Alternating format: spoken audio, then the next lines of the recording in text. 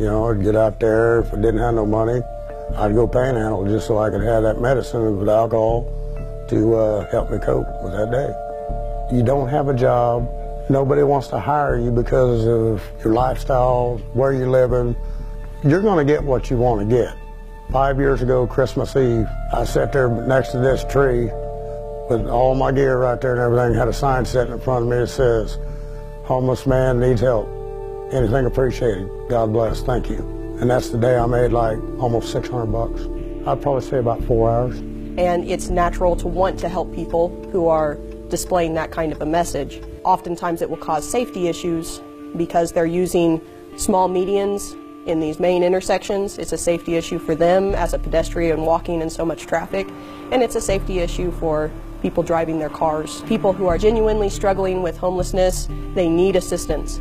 But on a regular basis, what I see are people who are just out there looking for the funds to support other habits that they have.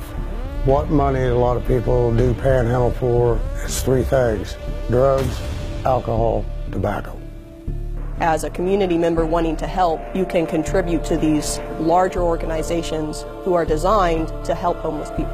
Our mission is to address homeless-related issues and reduce our homeless population by getting them into permanent or transitional housing. Our day-to-day operations is to work with the providers that are already out there helping the homeless and go out and get the homeless connected with those providers and help them get off the streets and turn their life around.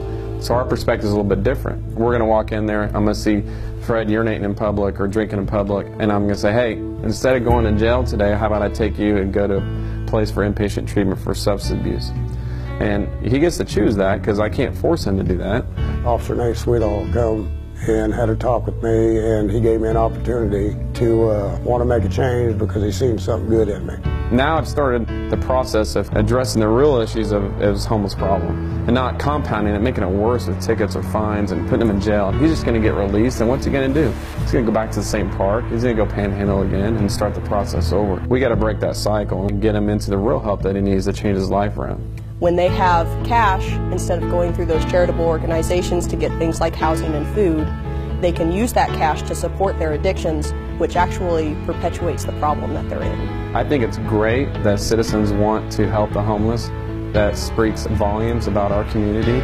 But there's good ways to help out, and there's ways that hurt and can enable people and make their problem even worse. And we want citizens to help. We want people to give. We want them to give in the right way. And there's a lot of agencies that you can help. That way you know your money's going towards helping the homeless in the right way and not hurting them. My best recommendation would be to maybe provide some money to these organizations as opposed to the homeless person, because the HOT team and these other organizations that they work with know best how to provide it to the person to make them successful. And I've never had nobody that cared for me the way Nate did. Things started falling into place. I started getting a lot of odd jobs.